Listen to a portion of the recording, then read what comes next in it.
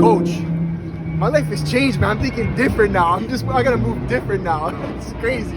Yo, I'm only fucking with positivity from now on. I only fuck with positive, no negativity. The coach, my new coach, love you, bro. Appreciate you. Thank you for having us on your show. We're gonna change your Instagram bio to the second most positive person on the internet. The second. Let's go. What does that mean to you? Your podcast, the Coach HP Show.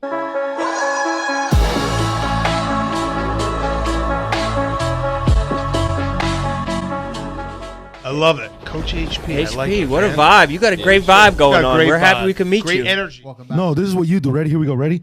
We're gonna start this. Here we go. 3, 2, 1. Boom. Welcome back, guys. Money buys happiness. Miami buys happiness. He knows it. You've been watching. When did you switch it up? When did you add the Miami part? As soon as we got here, bro. As soon as we touched down, bro. Because like we literally walked out of the airport. The energy is just different, bro. It just hits different here. So we walked in and it's just like, all right. Those doors open, Yeah. and it just the fresh air hits you, and you're like, wow. Yeah. I'm somewhere nice, Dude, right now. one of the things that I was talking to Anthony about is this that we're gonna do here, for me, is my favorite type of episode because it's 3 guys just fucking talking. Yeah. And we could talk about the plants outside, Yep. right? And some creeper in a corner. And we're not gonna be worried about like, oh my God, am I losing the guests? Yeah.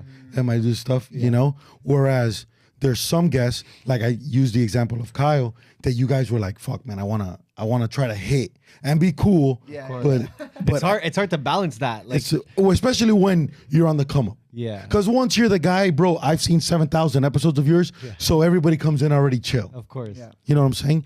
In this thing now, because I loved your guys, the Toronto studio Yes. No. Yeah. that you had with like the lot. It was like I had good lighting from outside It's a and big stuff, loft style. Yeah. and you could smoke in there and Yep. stuff. You can smoke a lot in there. But here you can't smoke, right? Nah, you can, but then you're gonna get a fucking invoice after for like 10 grand. So I don't know if it's worth the smoke, but Dude, so we're all 3 nightclub guys, yes. right? Day one. You, my story's completely different than yours. When did you guys meet each other first? I think it might have been. I mean, we met each other a while ago. I think when we started working together was maybe 5 years ago, 4 years ago. 2018, Yeah. 2017, something like that. Yeah. So we were both promoting, just doing our own things, just separate promoters, doing different clubs, doing daytime parties, doing events. And then we just saw we were doing the similar shit, and like if I could bring 1,000 people, you could bring 1,000 people. Why don't we just do it together? Bring 2,000. Right. So that was I think that was the initial mindset. That was the beginning, but then Yeah. I think the big thing that really made it work was like I was looking around at people in the same industry as us, and I felt like nobody was matching like the work ethic like this guy was. So I was like, all right, if I'm gonna be working with somebody, like they gotta match my fucking work ethic. And so I saw that in him, and I guess he saw the same in me. So we're just like, yeah, fuck it. Like, why don't we just kind of team up and test the waters? You know what I mean? Like instead of going like head deep into a partnership and a new business, we're like, okay, let's just try some things out and see kind of how it goes. And obviously it went well because we're here. Bro, you know what I noticed too? That you guys are so well in sync. Like it's weird, bro. It's like you're twins or something because you don't jump over each other and you stop and you go and you stop, which is crazy, man. I mean, it's been a lot. It's been a long time of I think us doing this, right? And just like even besides the podcast, just being in meetings together with clients, being with our team and stuff like that, we're always together, just trying to preach a message, right? So I think it's just like just repetitive, just us. We keep doing it into the point where it's just like, yeah, we can have a full conversation, and both bring value without, like you said, jumping over each other or cutting each other off. It's sort of like a practice thing. You know what I mean? Yeah. Just like, I'm sure the first times we were trying to pitch people to work with our business or whatever, I'm sure we were jumping over each other a little bit. But yeah, after you've done 1,000 fucking meetings with clients or pitches, and then obviously you bring the podcast into it where it's a little more like you got people and cameras, eyes on you and stuff like that. You learn a little bit. You pick up off on like, it's funny, like we're in a business, we're pitching a client, and I know when he's like running too long and he doesn't know where to stop it, and then the same thing where then I'll just like pop in with the next point or vice versa. So you pick up on it, right? But that's a big thing when it comes to like having a partner, a business partner. How lucky do you guys feel about each other? Like, bro, I'm lucky I got my boy. I'm lucky I got my boy because, like I was telling him, this thing becomes really lonely. Yeah. especially when you're obsessed with content and the whole thing. You got a vlog guy here now, which is huge. Shout out Jason. Let's go. Where did Jason come from? He actually started with us as an intern. He's got a big story. He's got a really cool story. I mean, he reached out to us, and he started off as an intern with us as LinkedIn, right? Through LinkedIn, yeah. Through LinkedIn, you hit me, yeah, yeah, and we started him off as an intern, as pretty much everyone on the team starts as an intern, so we can test them out and they get to see the culture and all that. And I think within 2 weeks, we already gave him a role, like a part-time. And then 2 weeks after that, we gave him full-time. And then 2 weeks after that, I think we made him one of the managers at the company. So, man, he's killing it. So young. And he's so passionate about what he does. And he's very like-minded with us, right? So we saw that. And when people show us that kind of passion and show us how genuine they are about what they want to do, we always give opportunity. Let me ask you a question. When you decided to shave the mustache, it was hard for me, bro. Do you hit him up and go, listen, bro, I'm going to make an executive decision? Like, you know what? Sometimes there is conversation that goes around it, you know? And I think the last time I did it, I was just like, I've been getting roasted on this whole time I've been here because I haven't been able to catch like a proper tan while I've been here. I've been here for like fucking 3-4 months. Right, but I'm working, you know? I'm in the condo, I'm working, I'm doing shit. Yeah. So it's not like I have time to just go to the beach and just lay down. I told him when he I told him as soon as he shaved, I was like, bro, never do that again, bro. Yeah, because I was just trying to like, tan everything on my face. But this guy's he's known for the mustache. Like in Toronto, bro, he was pulling it off, man, and not too many people can pull that shit off. I've been rocking it for time, bro. Yeah, like, since I could grow a mustache, I had one. I fuck with it, bro. And when you trimmed it down now, when did you notice you fucked up? No, the first. Well, I did like when you did like the half side, and you're just like, fuck. Oh shit. But it's all good. Hopefully, I can grow it back pretty quick, maybe a couple weeks. But yeah, dude, I like to be different, so I think the mustache. Super unique, man. Super unique, and tattoos. Yes. I know you have the logo there. Yes. Are you guys gonna continue to get more, or? Yeah, I mean, we're both pretty tatted. That was something that kind of like we always tried to figure out. Would it affect our business negatively? But I think pretty early on we kind of took the approach of like we don't really give a fuck, right? So we've sat in business meetings like this, Nike shorts, whatever, like tats everywhere. It didn't matter, and because our approach was always like, if you want to work with us, you want to work with us for how good we are at what we do, not by the tattoos I have or the way that I look or the clothes that I wear, right? I kind of like it. Like I kind of like walking into a business meeting where I would look like let's say a bum to an executive, but I start talking and then they're like, holy fuck, you know what I mean? It's kind of like it gets them going. It's like, dude, it's the best, man. Like I told my chick, I go, listen, this because when guys get married, usually they like, you see it here in Miami, like. Not in the cool spot, but you see like guys dress real dorky. Yeah. And I go to my chick, listen, any time it's cold, I'm wearing a fucking hoodie. Yeah. And like it looks like I'm in pajamas. And I'm gonna wear that to fucking Swan, Komodo, Poppy Steak, wherever. And the minute it gets cold, I'm rocking it like this. Exactly. It's just 24/7. And I told them the vibe that I wanted because the vibe you guys have is fun. Fucking around and fun. Yeah. I'm a little interesting because my vibe's a little different because my whole goal with getting you guys here today, other than bringing more awareness and bringing you guys value and stuff, is find out where your doubts are. Find out your roadblocks in life, and where can I help you guys? Yeah. Like have you tell me, bro, been here in Miami this long. I'm thinking about start becoming a criminal. Yeah. I can make some moves on the side. I can make 50 G's on the side, whatever. And then my job's to tell you, I don't think so. Yeah, it's not the right play. Not the right play. Or let's say this guy hits me up, bro, and that's what's out of control. The fucking guy thinks he can shave whenever he wants. He can shave his mustache whenever he wants. Does all this crazy shit. I don't know. And then I go, whoa, think about it. Just that's my thing. And we man. appreciate that straight up because, we're new here, right? Yeah. So we don't really have anyone. And like you said, it gets lonely when you're so focused on your goals and stuff like that. So for us, we don't really have any sort of, I would say, any sort of mentorship when it comes to being in Miami. We've just been kind of going with the flow, like just learning on our own, right? And you know, like the biggest way we learn is we lose money or we make a big mistake, you know. But if we can avoid that, But that's everybody. But that's everybody. You know, that's everybody. I think it's inevitable, though. I think like the whole losing money thing is it's Yeah, no. inevitable. Like we've come here and we spent money on stupid shit already, trying different things. But at the same time, every time we left knowing, like, okay, not to do this. You got to move this way. You got to invest in this type of thing. So we're learning on the job, kind of, right? But it's also a fun approach in a way, right? Like you enjoy it more. Like I also don't like walking into like an investment, you know, an experience, you know, with someone on my shoulder kind of telling me like, this is how you have to do it and this and that and whatever. Like I actually prefer going in and I'd rather lose the money or lose whatever, right? My time and energy, but finding it out on my own, you know what I mean? And in my own way. So that's kind of why we liked Miami. We literally came here knowing absolutely nothing. All we knew was we wanted to buy a house. That was like the first thing. What was the stupidest thing you bought that you're like, fuck, we fucked up here? Oh, I know exactly. I'll tell you exactly what it was. When we went out with the Nelk boys, oh fuck, this guy got all fucking sauced oh fuck, and bought a $5,000 bottle of 1942. it was good. And that was definitely the stupidest thing he bought. So that was him. It wasn't you, but that's the But partnership. the thing is, I gave him the card, so I'm technically also. So let's talk about that. So your nightclub experience is Toronto, right? Yes. Mine is Las Vegas. Wow. Oh, So hefty. I started off as a promoter, dude, and I went at the age of 31 Okay. to Las Vegas from Los Angeles. I'm the biggest failure in the history of Miami baseball by far. Okay. So, what does that mean? so it means that I dedicated my whole life from when I was pretty much born to the age of 22, 21 to play baseball. Okay. My dad was obsessed with baseball. My dad prepared me for everything in life except to deal with him.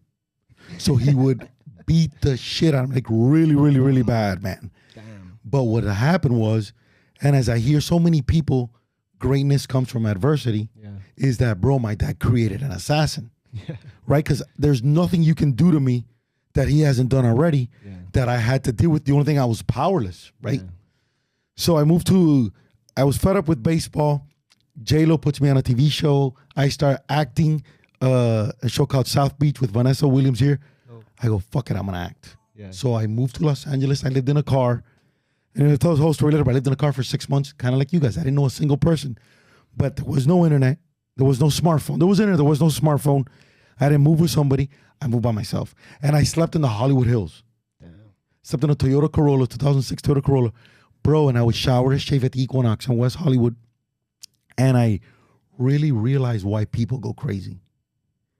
I had all my belongings in my car. I couldn't talk to anybody. And I thought that I would be like Mr. Me. I'd go around and I get some chick to sponsor me and I get out of my car. And bro, I didn't talk to anybody, man. But I learned the power of mindset, right? So then I moved, after 6 years of that, I moved to Las Vegas and I started off as a promoter and I worked my way up to vice president of customer development to a club called Hyde in the Bellagio. Wow. Yes. Yeah. Okay. Definitely know about Cool. that one. You probably seen it. It's not around anymore, but it's there. And I lived at the Aria Hotel. At the Mansion Oriental, excuse me. No worries. The Mansion Oriental, that's now the Waldorf Astoria. Bro, and I got a PhD in how to deal with people. Right? Yeah. And only us club people know that it's so competitive because people go anywhere. Yeah. And you make an agreement verbally. Yeah. It's not like, other than New Year's where you take a credit card statement down. It's literally, yeah, I'll be there. Yeah. A pool, a 10-guy table, whatever. And then you lose them because at Encore Beach Club, they got fucked up all day and they don't want to go out at nighttime. Right? Yep. So I know bottle minimums and stuff like that. So one bottle cost 5 G's. Where was it? I live? What? Is that what you said? We went to We were. I thought you were saying there. Yeah, but fuck, we spent 5 G's. It was at Bottle Blonde. Bottle Blonde, yeah. I think, and it was like the Texas. It was like a Mickey. 3-liter 1942. It was like fucking. It Like wasn't I asked her just for tequila, and then she said which one, and I said 1942, and then the conversation ended, and she brought out the biggest one. bro, the thing was like She did the classic, you know, she's doing her thing. And it's crazy because you being in the business, I know what you're she's like, I doing. didn't even think of this shit, bro. I know what she's Fuck. doing. Yeah, of because course. by the time he ordered the bottle, it was like how many happy dads? Oh, I was 15 happy dads. Yeah, Do those yeah. things taste good or no? They taste taste good. That's the amazing. problem. Yeah? That was the Yeah. problem with those. They tasted way too good, and then I just kept drinking. Bro, when that happened to you guys, right? Were you like, okay, I'm as good as I think I am? Because usually what happens when you're on the come up is you know you're good, but you need the validation. Because with that validation, it brings in more attention, right? When did you realize that you guys were good? I mean, I think we've always had that confidence. And I think in terms of validation, I think having someone like Kyle on the podcast was huge for us, right? I think we had confidence the whole time throughout the whole podcast, but having someone like that on the podcast is huge. I think that is the sort of validation that we look for, like people like Kyle reaching out to us and saying, hey, I fuck with what you guys are doing. We don't really get, like, I don't really get too much validation from like just random people. I try not to focus on that too much because at the same time, other days it could be hate. Right. If you're going to focus on it, like, you know, it's going to affect you, right? But I think in terms of validation, something huge was Kyle coming on. And I think us deciding to come here, I think like within ourselves, we're like, yo, we fucking did it. Like we're fucking moving here, you know, like we're like ball rolling, not actually moving here yet. But also what was good about the Kyle episode and what that really did for us was I feel like it put us on the stage that I felt like we deserved to be on. Right. And now we had big people, you know, posting the pod, like Dana White posted it, Dave Grumman posted it, like, you know what I mean, posting these clips and people who didn't know about us now knew about us. Right. And now whether they liked us or didn't, that's a different, you know, scenario question. But we got to be for a little bit put on a stage that I felt like we had been working towards for a long time. And that's just like a massive new onset of viewership. Right. And like, man, overnight we gained like 20-something thousand subscribers and the episode's still, the numbers are still running up, but just people reaching out to us and being like, you know, congratulations or whatever, and randoms. Honestly, it's not even like, I'm not even really too excited about the people that already know us, but more that like, you know, we got people from like Connecticut or, you know, Wisconsin, like North Dakota. We were actually checking out our rankings before you showed up. Yeah. And we're like getting ranked in like Latvia, Trinidad and Tobago, where else is Finland? It's like, it's crazy. It's crazy to think that people are around the world are listening to us. Dude, it's awesome. My favorite part was when you go, yo, Kyle, come on, man, just fucking come on the show. You're like going like this. Yeah, I was snapping, bro, because he's been manifesting it this whole fucking time, and every time we had an episode and it was brought up, like we just kept doing it. We put what we want out into the world, you know, like, and I think that's important because when we do stuff like that, then there's pressure on us. Right? Because even if we only had, let's say, 10,000 listeners before, we're still telling them what we want to do and that we're going to do it. So it's kind of like a pressure at the same time. So that was awesome. I love that. I love that. How did you, after you do that, you're like, we're popping off. What did you guys start thinking guest-wise? Are you like, okay, you came strong. I like the watch guy. That was cool. Timepiece was good. The timepiece was good. I don't know about any of the other people in between. Yeah. Did you have that already set up? Or were you like, fuck, man, now we got to go gangster on guests? How was that? So I mean, initially, yeah, like Timepiece was a good follow-up because like basically what we did was we did the Kyle episode, then we did an episode where we explained how we got him because that's what everyone wanted to know. Which was genius. Yeah, so it's just me and him, right? And we're just kind of telling the whole story. And then we also talked about like the night out and stuff like that, which was cool. We followed up with Timepiece, who obviously has a big following because of Steve, and he's helped them out with that. But honestly, like following that, we didn't really focus on getting, you know, the biggest, most, the biggest celebrities. Because we also, like, for our new subscribers and new audience, we didn't want them to think now that we're just like a celebrity podcast. All we bring is celebrities, right? Like, we also wanted to show them who we really were and the way that we ran this podcast, which was always, I don't care if you have 1 follower on Instagram, 25 million followers on Instagram.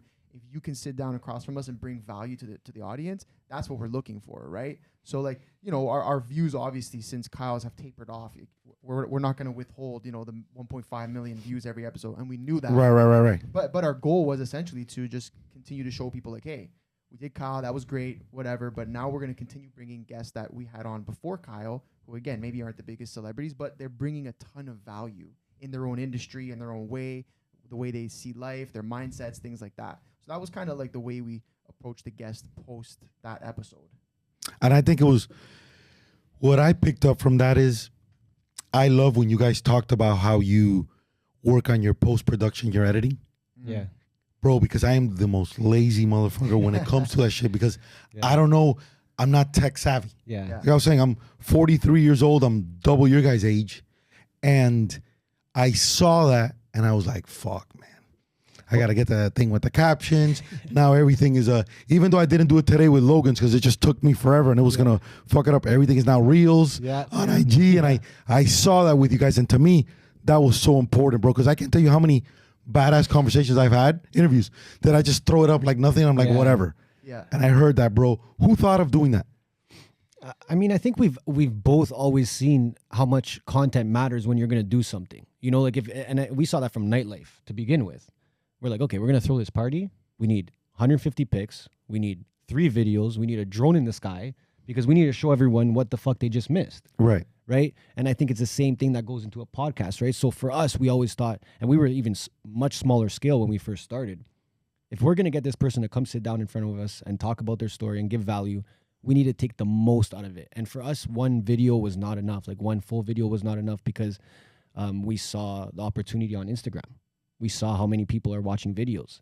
And we knew that was a good way to kind of draw people to YouTube, because for us, like, YouTube was never something big for our audience or ourselves. Yeah. So we needed something to draw them there. Right. And I think that those clips did that. And I think even like back home when we were at our studio, we do photos as well and stuff like that. We try to, I think we send the guest about maybe 40 pieces of content.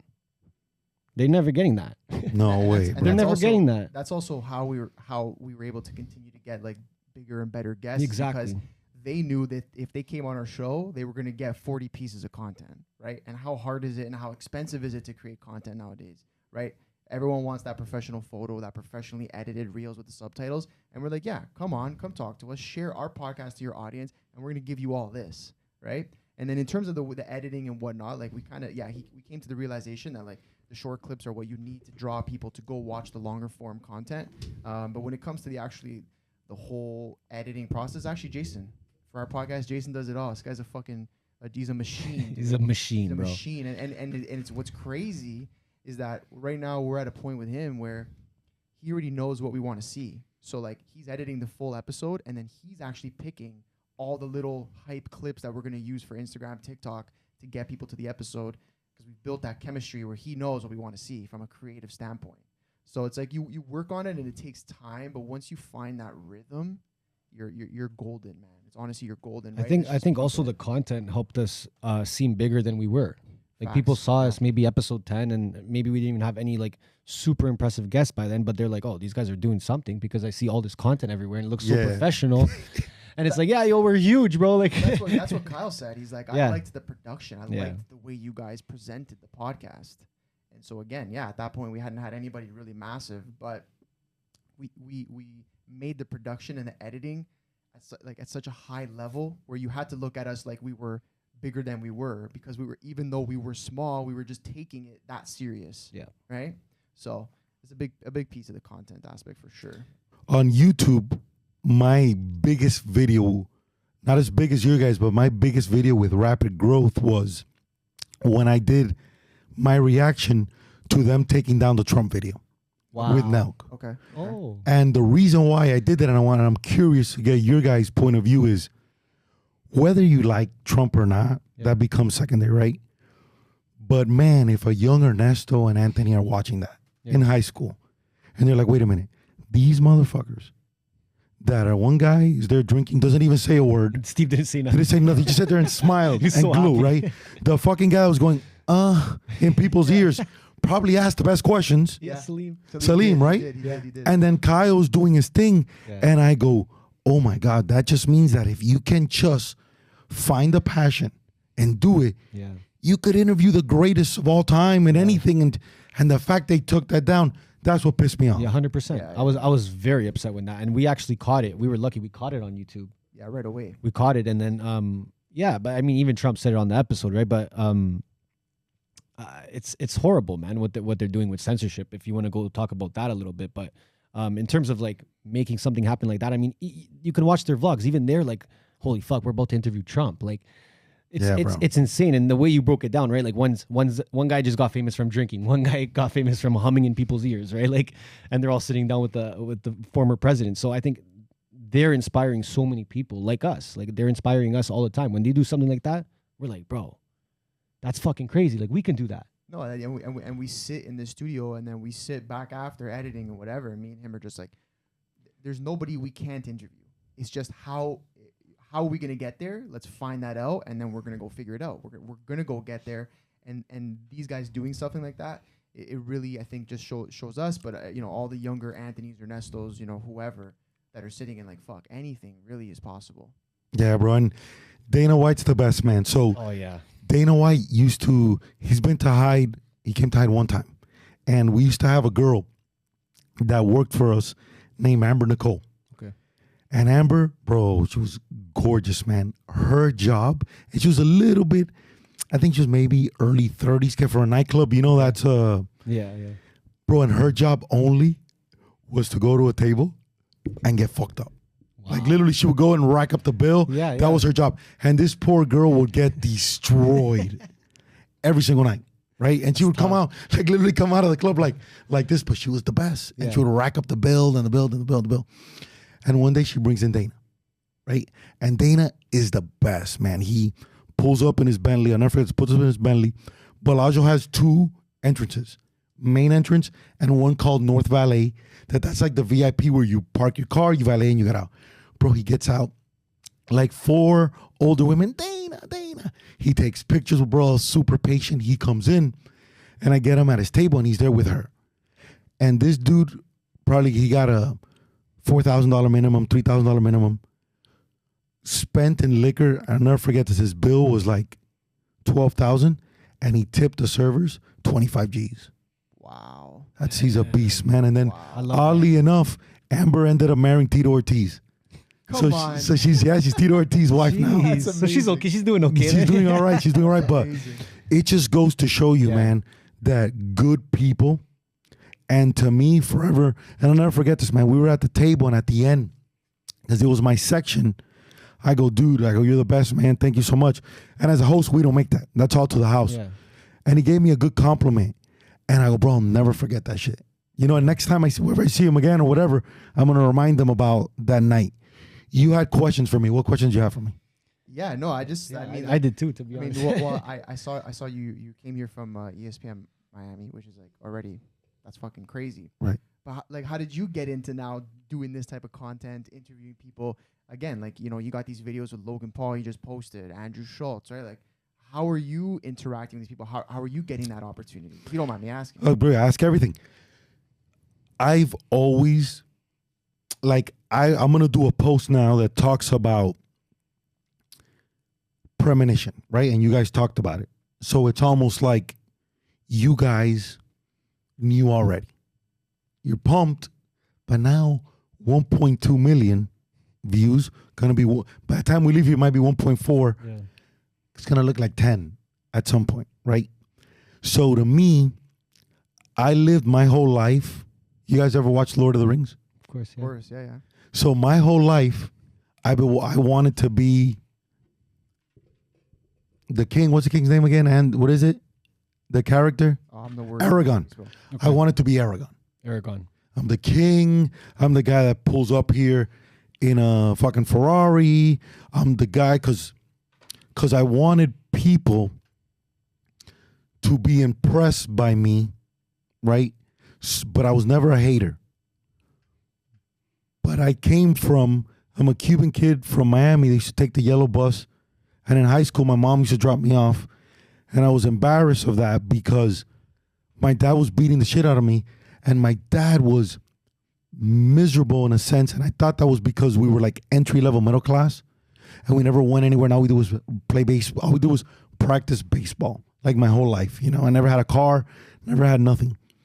But ironically, the man upstairs, when I go to Beverly Hills, I'm working with the most famous people in the world, training them and their kids in baseball. And I'm realizing it's the principles that my dad taught me, other than, I'm not going to fuck you up. I'm going to be super positive about that. Yeah. Okay. So I was preparing for that. So I go, that's interesting. And then I go, okay. So you take a guy that wished he was a private school kid his whole life, which was me. Because I would not, and as I got older, you'd look at me and I looked like a complete idiot because I would flaunt like if I'm on a yacht and kind of be that way, but I'm not. But I'm literally from the middle of, I wasn't from this side. This is the cool side of Miami. Yeah. I'm from the West, bro. Okay. Which is a side that nobody's claiming. Yeah. You know what I'm saying? Yeah. So as I'm doing that, I was like, how does that kid now have the highest theoretical player in Las Vegas? Theoretical play, for if you guys are gamblers, I don't know if you got gambles, huh? So theoretical play, Vegas rates you on your play.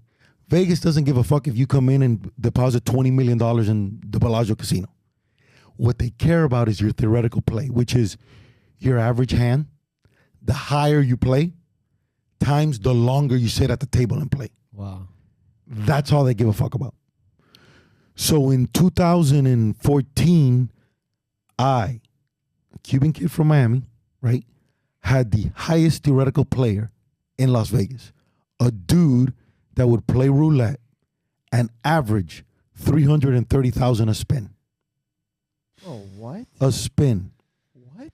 Damn. That's crazy. So I start to ask myself, I don't know if you guys are religious or not, whatever. I was like, why would I be here right now? Yeah. Why am I seeing this? And you're looking at a guy that I look this way, but I've never drank in my life. I've never done drugs.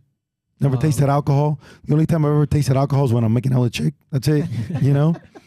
So I realized that, right? So I was like, fuck. But every time I try to show off, I fail. So that's fucking interesting.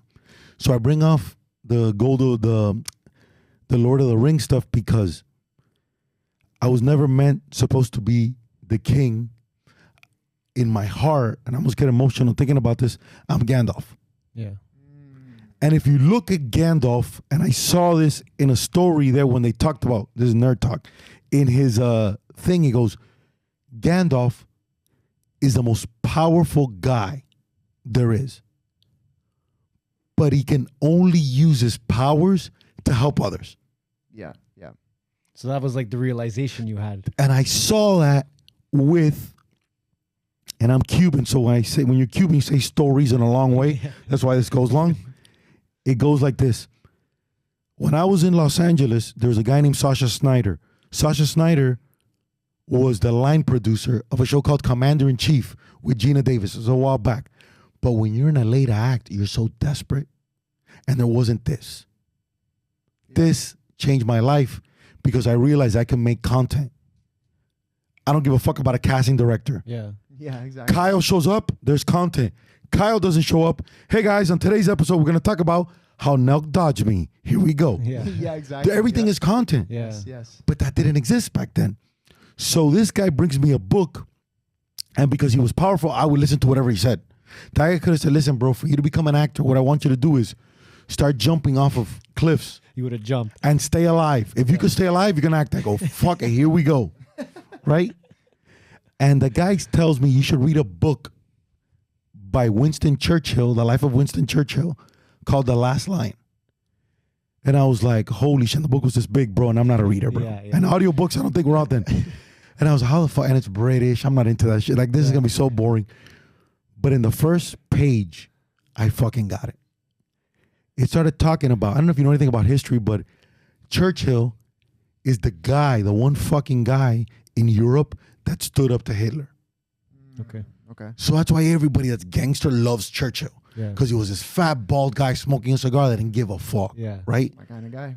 But when they talk about him, they said, in England's most testimonial time that they needed somebody, a leader to stand up to the biggest tyrant in Europe's history, there lied in Parliament a guy for 40 years who waited his time, who was fat, balding, and that's when he shined. Yeah. So he waited for 40 fucking years. You guys haven't waited for 40 years anything. You're not even 40 years old yet.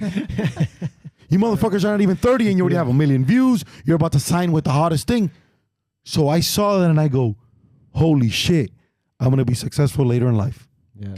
And I saw that, right? So now you ask me, how do I get into all this, right? When I was doing that in Vegas, being with celebrities, I'm almost like a celebrity because now I'm the guy and I'm the most powerful guy. I always say this in Las Vegas. That wasn't a Jason Strauss that owns Marquee Group or the guy from Hakkasan. I didn't own anything, but I had that kind of power. And I felt the man upstairs talking to me and going, the legend isn't going to die running around a 10,000 square foot Las Vegas nightclub. I'd have been in private planes already. I spent probably 3 summers in Europe in the nightclub world. We're talking about Ibiza, Greece, places, Montenegro, places that I've never been at, you know? And I go, I'm going to do something different. The connection with the Logan Pauls, the Gary Vees of the world is as I saw that, I go, fuck, man, the baseball world, because I come from baseball, I go, I'm going to try to help parents and kids. That's it. I'm going to try, because everybody wants to be you guys now, but they don't know the hard work that you guys have gone through. So sports, especially now, is something that I want people to unite us. Okay. Whether you like the Raptors, you don't like the Raptors, whatever, but it unites us. Yeah, yeah. But what happens is with the business of the little league stuff, and you guys don't know this, there's travel teams. Then you come from the soccer world, no? Yes. So what happens is they start taking money from you because they're like, no, we're going to do travel teams. And they're going to play better competition. But each tournament costs money. Yeah. Sure, yeah. So parents start getting pissed because they're investing. Yeah. And they're not getting the result from their kid. They're like, fuck, Ernesto, I spent 5 G's on you in 4 tournaments and nobody knows who you are. Like, come on. And what happens is sports is supposed to bring us together. And it started splitting people apart. Yeah. So I started talking about that. Okay. And the reason I started talking about that was I saw Gary interviewing Tony Robbins. And I saw him in the middle of Tony Robbins talking, interrupt him. And Tony Robbins is wearing a suit and Gary's dressed like us. Chill. Yeah. I go, who the fuck is this guy? Look at this guy's fucking balls. Yeah. But he's in an office, whatever. And bro, and I saw the content, so I'm gonna start doing content. So look how lucky you guys are. You got this fucking dude over here. You guys are young. Everybody understands it. I'm a fucking 37-year-old guy vlogging in Miami streets in baseball. Everybody hating on me. Like, who the fuck does this guy think he is? Yeah. I don't know editing at all. Everybody promises me they're going to help me in editing. Nobody does. I have to go like some loser to the Apple store and learn how to edit on iMovie for 2 months, twice a week. I sat there by myself, learning how to edit, and then I'd be there in my house till 3, 4 in the morning at nighttime after doing 6, 10 lessons in the sun here, editing, and my wife watching me, who's a fucking 10, and got me. That's amazing. Did you guys hear that? His wife's a 10. Legend. But no, I love it. I love that. In my eyes, I came back for this woman, right? I went to high school with her. I saw her one time, and I go, this is the hottest girl I've ever seen in my life. Never spoke to her, but I got her later, and I'm sitting there. This beautiful person's watching me edit here on a little iMac Air, iPro Air, whatever, small like this, and I'm just editing all night, right? And what I had in my brain, I couldn't put there because I didn't have this technology, bro. Yeah. But I knew numbers, and I knew this is gonna hit. This is gonna hit. This is gonna. Because I'm speaking my truth. I talked about certain things about wedding peeing in my bed till I was the age 14 because my dad's beating the shit out of me, and I don't know how to deal with that. Yeah. I talked about wanting to impress people in Los Angeles, so I lied to people that I played for the Yankees, and I fit them all because I'm a Cuban guy, and I go, oh, I play for the Yankees, I pitched, I'm lefty pitcher, whatever, and the wrong guy fucking Googled me and told everybody, right? And I'm at Leonardo DiCaprio's house, and everybody's there famous, and I'm not. And I thought that was my way to fit in. I thought girls, because the one thing I was good at was always picking up girls, I always thought that girls would make me fit in with you guys. Because look what I got, whatever. And I realized that it didn't, man. And then I saw Logan Paul's thing, saw his brother, I saw Gary, and I saw Casey Neistat a lot. And I saw them intro their videos. And they'd be like, hey guys, what's up, Logang and Jake Paulers and whatever. And I was like, fucking, then I start my videos. Hey guys, how are you? It's Coach HP. Bro, one day it fucking hit, bro. What's up, everybody? It's your coach. I'm here. And it just set my tone, bro. Yeah. So that's how this started. That's crazy. Okay, but then how do you get in the room with these people, right? Because I think that's something that a lot of people listening would want to maybe find out. Like, how the fuck is this guy? And even if it's 5 minutes. Let's do Gary. I'll show you Gary. Yeah. You know who Gary Vee is, right? Of course. Come on, bro. Okay. A guy reaches out to me from VaynerMedia, my boy Andrew. Andrew Goldberg, shout out to him. He reaches out to me pushing wine. They're doing something with the wine. Empathy Wines. Yes. So he just texts me through it. And I look, this is my social, bro. Any help you need, let me know. Ironically, I was on ESPN and I have this content endorsing, crushing it, talking about how good the book was, whatever, right? I come and this guy reaches out to me and he goes, dude, I love your content, man. Why don't you come on my podcast? And I noticed he was interviewing people in Gary's office. I go, that's interesting. I go, all right. I was the first influencer to sign with Rawlings. Rawlings is a glove company. I have my own glove, all this stuff, right? And then I signed with New Balance. So I go to Boston to sign with New Balance. When I come back, I go, I'll just drive to New York and I'll do the podcast. I go with the guy. I'm there and I feel the vibe of like the guy is like, Gary was in Denver. The guy is like not welcomed. Like I felt that he was like doing stuff almost like trying to impress me and he was getting evil eye looks and stuff. And I was like, fuck, this is interesting. And I go to the guy, I go, listen, bro, I don't give a fuck about Vayner. I love Gary, but I don't give a fuck about Vayner. I'll do this interview under a bridge. Yeah. You don't need to impress me. I don't want you getting in trouble. Yeah. It's like, no, bro, we did the whole podcast. We're done. After the guy goes to me, we became friends. I posted it, whatever. He posted it. He goes to me, bro, you should become boys with Lou. Lou's a baseball guy. I go, okay. The Nationals were playing the Astros. Coincidentally, this guy's an Astros guy. I come and we start talking baseball. That was in October. In November, I'm out with Rawlings in the Gold Glove Awards. Best Gold Glove, best defensive guy at the Plaza Hotel right there in Central Park. And I call the guy.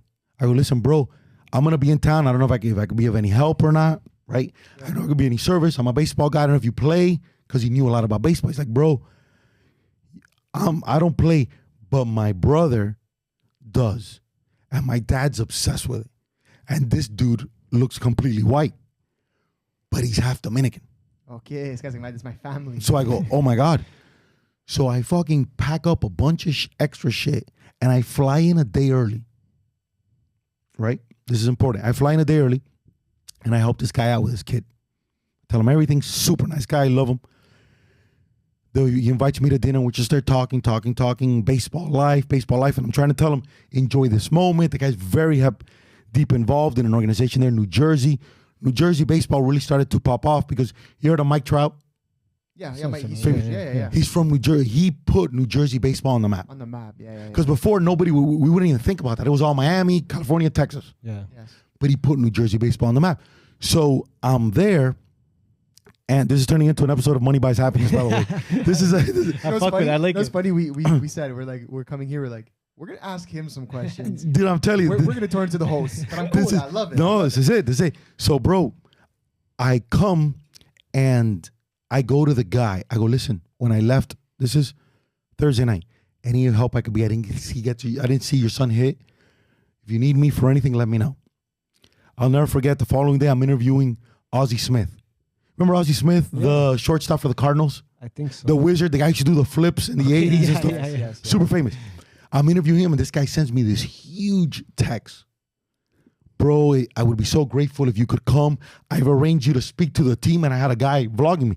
Speak to the team, helping us out, this whole thing. I was like, done. I finish interviewing best players in the world, Plaza Hotel, at 3 a.m. At 7 a.m, my positive self got in the ferry. His son, Lou, picked me up. Probably like a 20-minute ride to the ferry in New Jersey, like a 2.5-hour ride.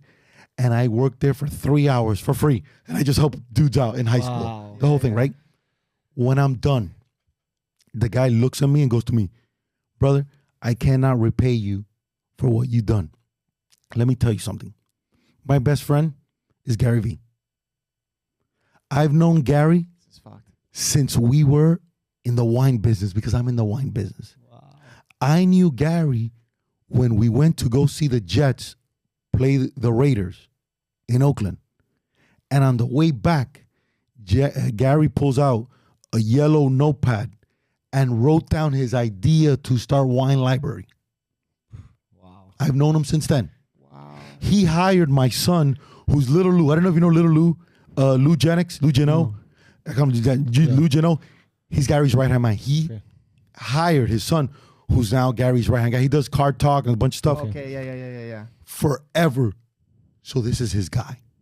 Damn. He's now my guy, right? Yeah. Because he's like my brother. So he goes, I'm gonna get you a sit down with Gary. That's crazy. I come and I go, Lou, that'd be cool. But the only reason why I'm doing that, the only reason I'll ever do that is if you come with me. Boom. Because my goal with Gary will always be that I can see that motherfucker in the airport and go, Gary, what's up, bro? Give him a good hug and go, keep crushing it, bro. And just keep going. Yeah. That's been my goal with him always. And look how lucky I am.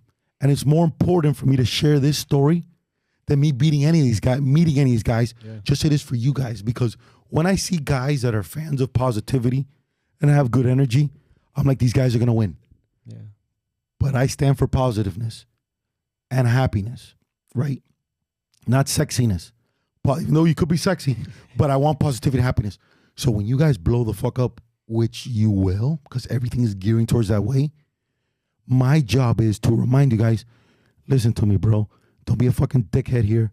Stay chill. Stay cool. Happy dads all over the place. Fucking pace yourself, right? Because you guys aren't those guys. Yeah. You're different kind of guys. Yeah. Well, it's funny you say that because like, so when me and you were chatting back and forth, you hit me up, and like obviously like, ever since we came here, a lot of people have been like, hey, come on my podcast, come on this, whatever. And like we're always working, so we try and make the time. But when I clicked your profile, I saw the most positive guy on the internet. So that for me was already Literally like, your bio. Yeah, I'm like, that was amazing. I'm like, okay, that's already like, I want to meet this guy. Then you like come on the show, whatever. And then we talked for a bit and we made it happen. And it's funny. So I'm like, hey, Ernesto, like we're gonna go on this podcast. He's like, yeah, like let's do it, whatever. And then like a couple days go by, maybe like yesterday, the day before, and he goes, I don't know if it was him, if it was you or somebody's like, hey, like, oh, how many like subscribers? And I'm like, I don't really care. You know what I mean? Like we're on this show here. You could have 1 million subscribers. You could have 3.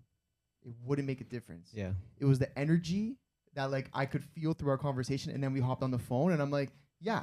I'm gonna no, and the fact you called me, because some people are like, I'm not gonna call this guy, or oh my god, but I want to talk to you, because I want you to feel the passion. No, I felt it, bro. Because I told him that when he calls me, I'm like, Anthony, what's up, bro? It's already good. Like if I known you my whole life, right? It felt like that. Me and you talked for, and it wasn't long, maybe 10 minutes. Yeah, it was short, but I was like, but I want that for you guys.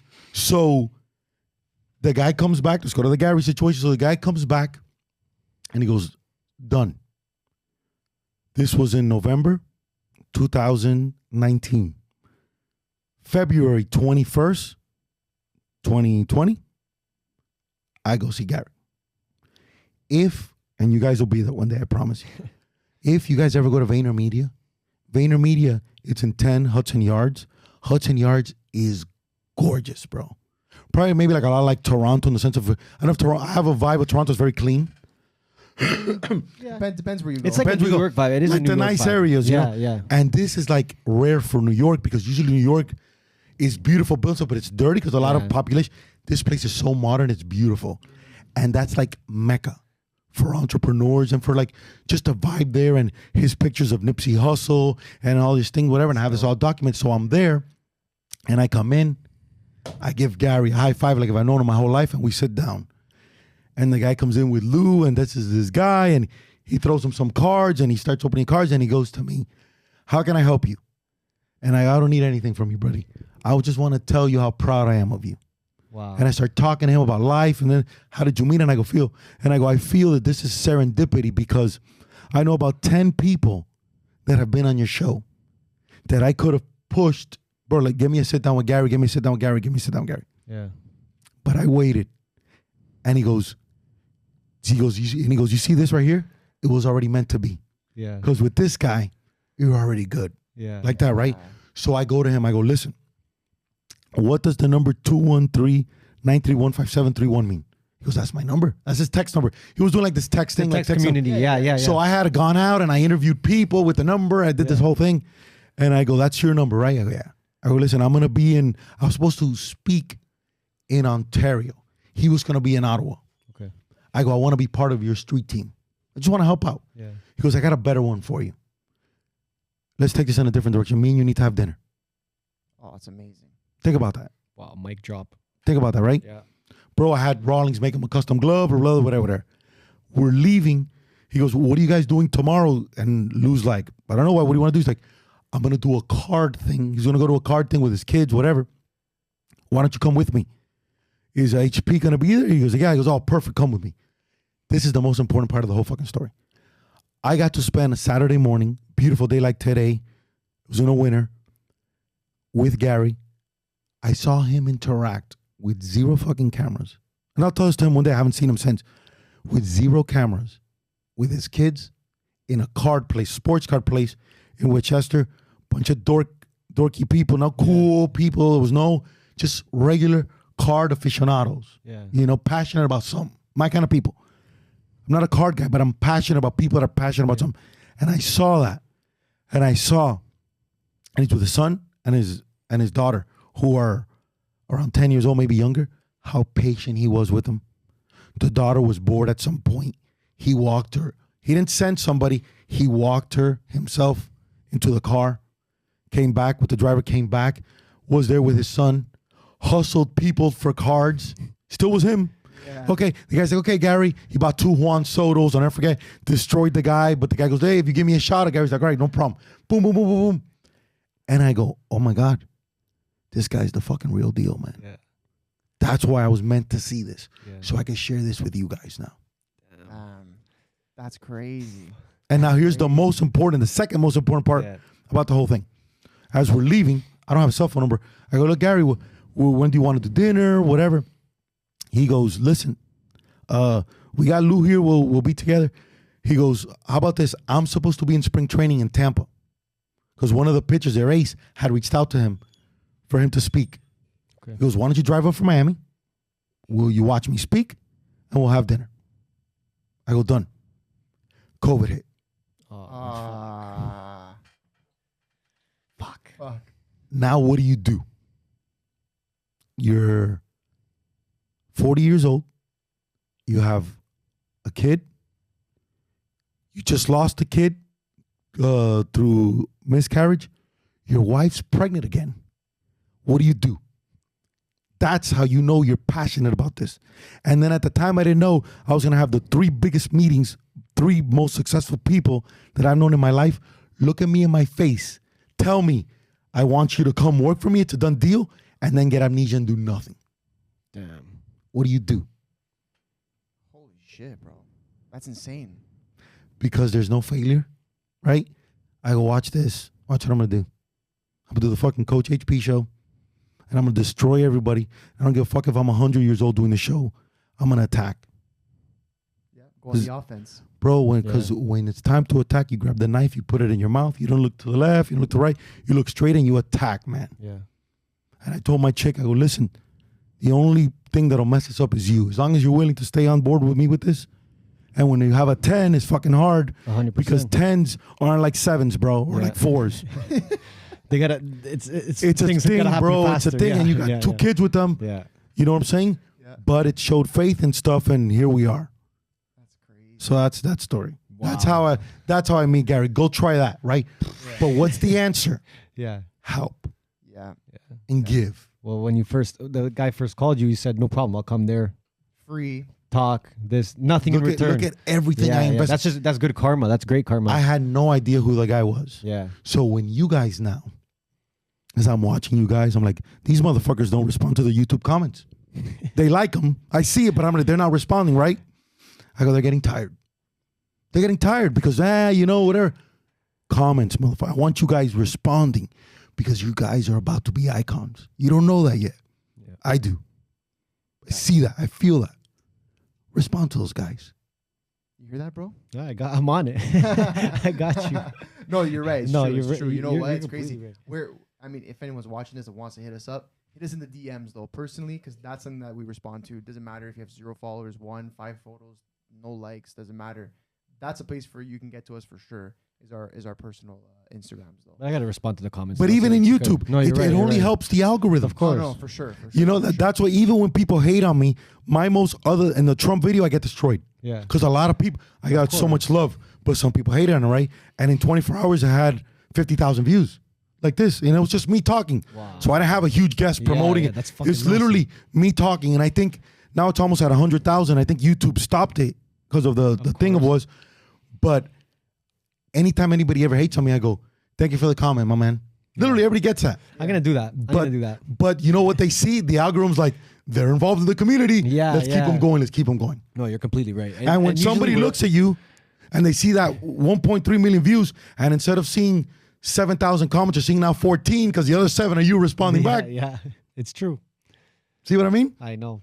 I'm gonna hit up fucking honestly, YouTube. Bro. I'm gonna fucking blast all the comments now. gonna be up till I'm gonna 5 be having a.m., bro. conversations, bro. It's gonna be literally starting with 5 comments. And it's gonna say like 50,000 comments. I'm just gonna have conversations. But no, man, you know what? We usually always do that. To be honest, like with Instagram and all that stuff, we always respond. And I think you're right though. With YouTube, we got just a little bit tired, just because like some of it's hate, some of it's great love. To be honest, but I'm gonna respond to everyone.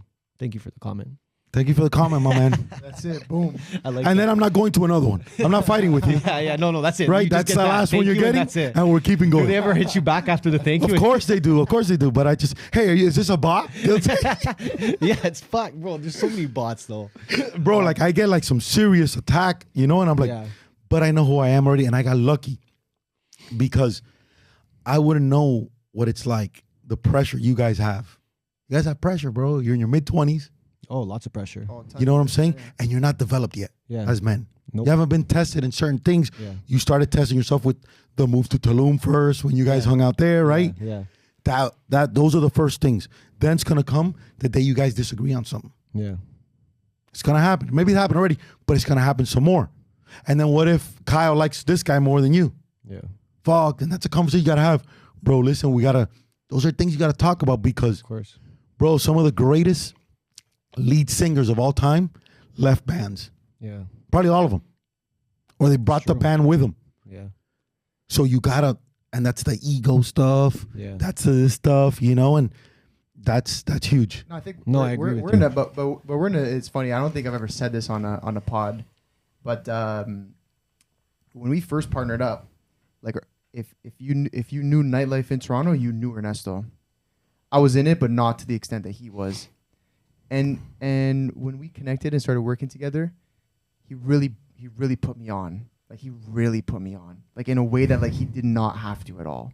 Like and there was no, we're not blood family. We have no. At that point we had no business, no financial connection, nothing.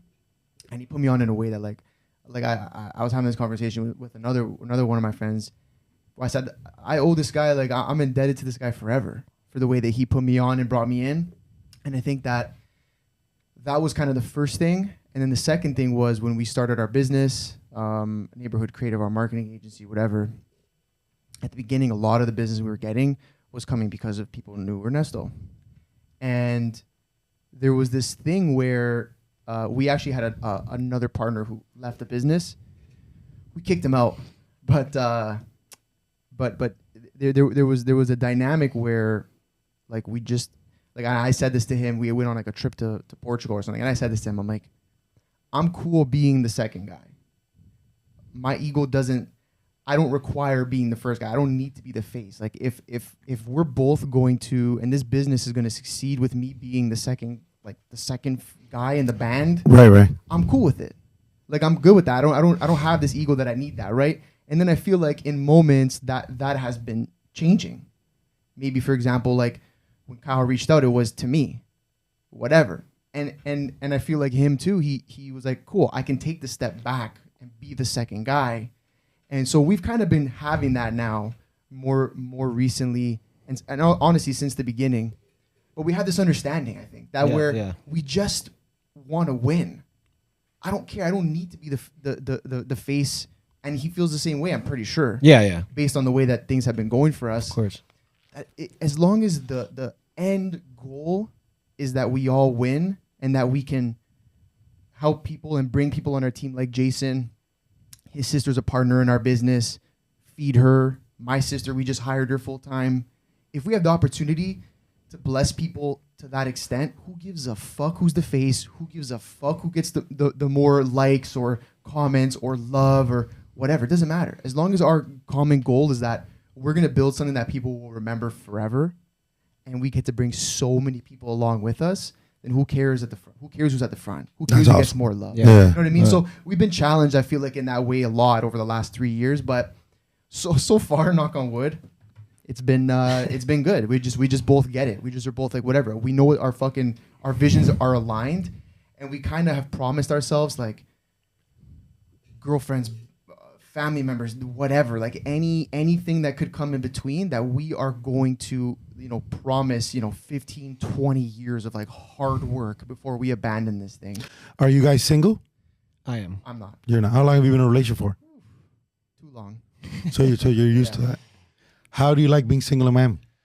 I love it. I mean, I don't do much here. I just fucking work. But listen, I like being single because I liked being single before for different reasons. Now I like being single because I just get to really focus in on myself. And this, being in nightlife, it's very hard to take in, like, just to take care of yourself.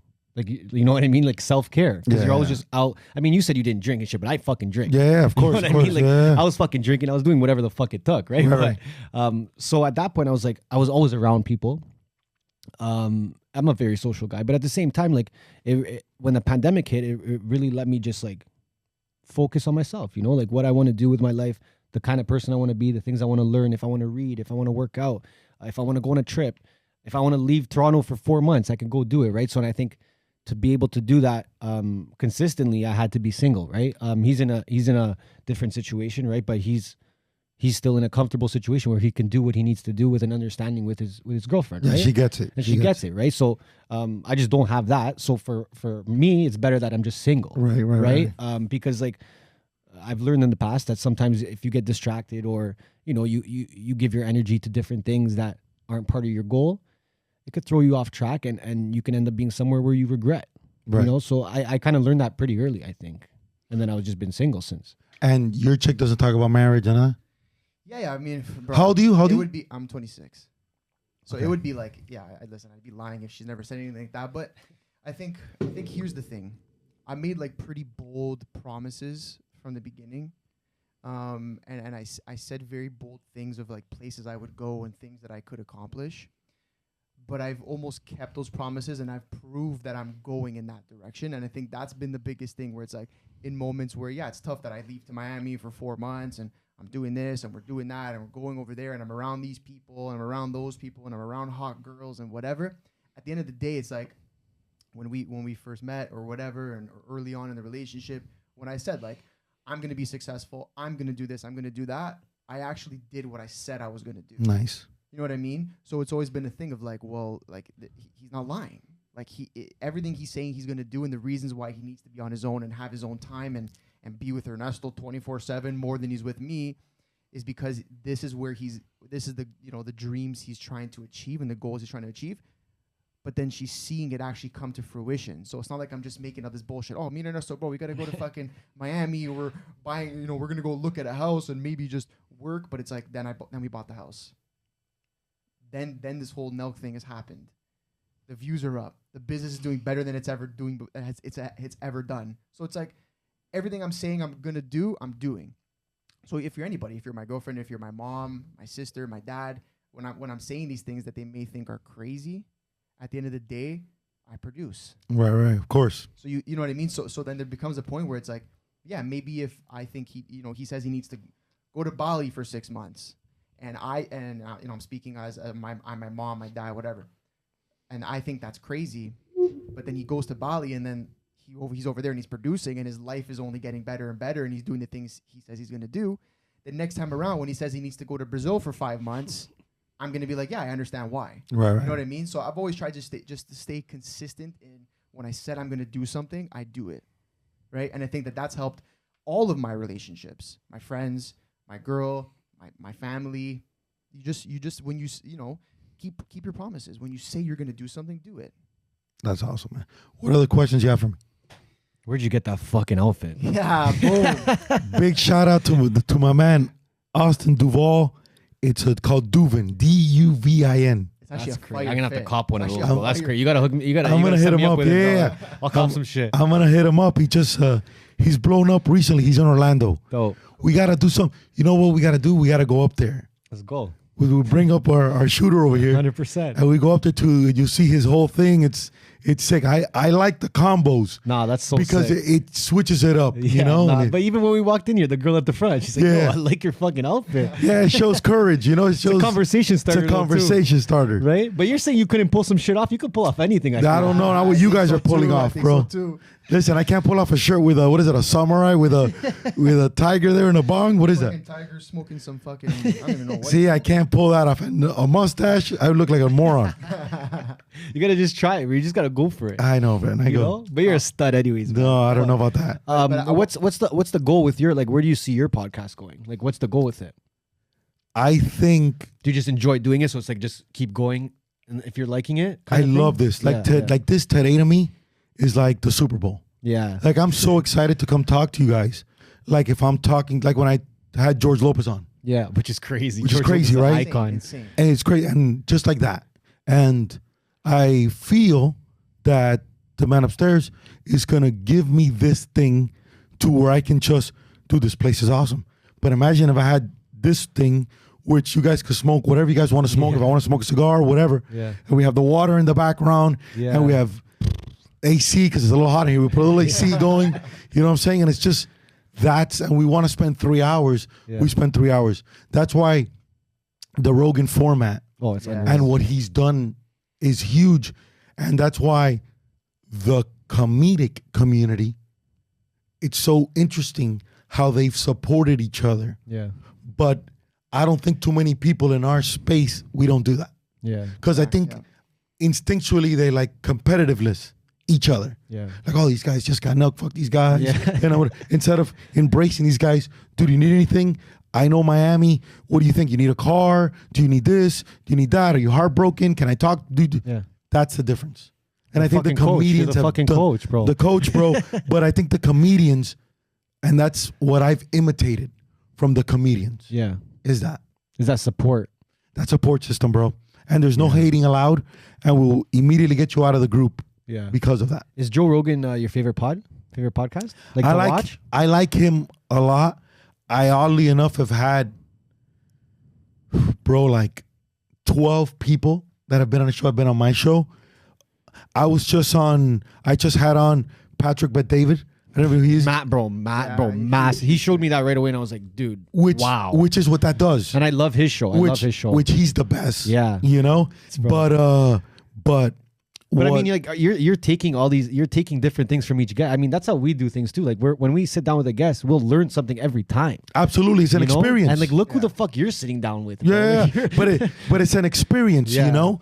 But in life wise and in happiness, I only know what I know, and I know the failures that I've done, and the mistakes that I've made, yeah, and where I messed up and where I didn't. So that's where I can bring value to you guys 100%. Which is like the biggest kind without of value. asking for anything in return, because expectations, right? And it's funny because I did this in Patrick's show a little bit. I don't know if you guys have done this yet, where you manipulate the conversation to where you're almost showcasing yourself, but it's an interview. Yeah. But I'm letting you know what's up. It's almost like if you got a hot chick and you're single and you want to let her know you're single, and you're like, yeah, you know, I wore this outfit because as a single dude, There you you go. just want to just, I like that. you know what I mean? And Of course. Yeah. you know what I'm saying? And you have that. Well, look at like the story that you told us just to finally sit like, and you didn't even have the expectation of sitting down with Gary Vee, but look at the story behind Yeah. you just finally sitting down with Gary, like that whole thing, right? So when people see it, they're like, look at this guy's guests. Like, I mean, I seen it and I'm just like, yo, how's this guy getting these guests? And you think it's like just, oh, I'm emailing this guy. Hey, Gary, would you like to come on my And meanwhile, They got so many people. But if you would see the amount of people that Gary knows, you sit there and go, oh my God. That is fucking legendary. do you think do you try to use each guest to get another one? Like, is that how you do it? I haven't done that yet. No, but you're completely right, bro. I just want to I think your main message is like to stay humble as well, like just to stay grounded throughout the whole thing. No, and I just want to say before we end this, like, bro, thank you. First of all, thank you for having us. And I go, they're going to need friends. Like, they're going to need true guys that ain't going to say, bro, do me a favor, bro, give me Kyle's number so he can come on the show. Come on. Because that's coming a lot. Yeah.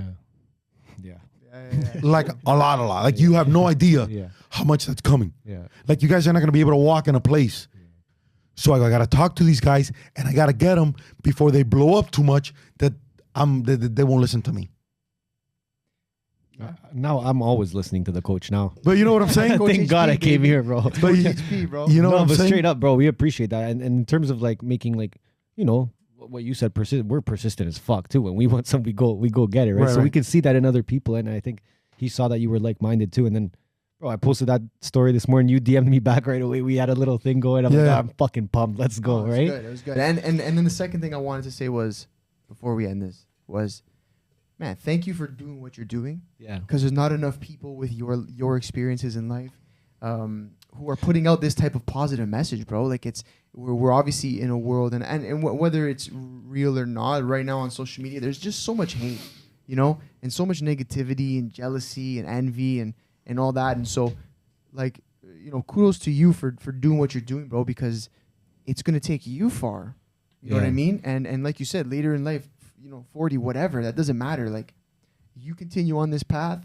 I'm excited to sit back down with you in 3 months, 6 months, a year, and like just sit and be like, damn, back when you were wearing the fucking umbrella suit, Yes, you were sir. here, and you know, a year later, you're like, bro, you've done all this, right? And I know that's gonna come for you, and we love, like you said, we love to be around people like that and grow these types of relationships. So, man, keep doing what you're doing, because you know, you're gonna change the world, whether you know it or not, in a big way. And I think, man, there's so Yeah, much, you already changed my perspective I today think too there's on a lot of things. So I appreciate that, man. yeah, and I just think there's so much more for you, bro. We're there. Which is It's just the amazing. energy, bro. If you can Yeah. get that energy out to as many, like using social and using your content, Yeah. bro, like fuck, No, it's man. dope. People will find so many things to relate to you with, you know, Yeah. because everyone goes through shit.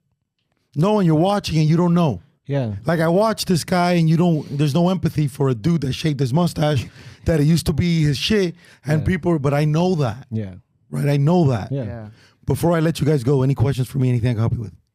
Oh man, you know what? I'm gonna take you up on that. I'll probably hit you up Yeah, I was sometime gonna later say. today. Yeah. Ask you some questions. No, but honestly, you've done more than enough. Straight up. Honestly, thank you, bro. Appreciate you, man. Appreciate it for real. Next time you gotta let me know I'll wear the shades too, so I wear. All three of us, we got to rock the look. Yeah. Money buys happiness. Tell them where to find you, all the stuff. Go for it. All right, guys. If you made it this far, first of all, like the video, subscribe, comment.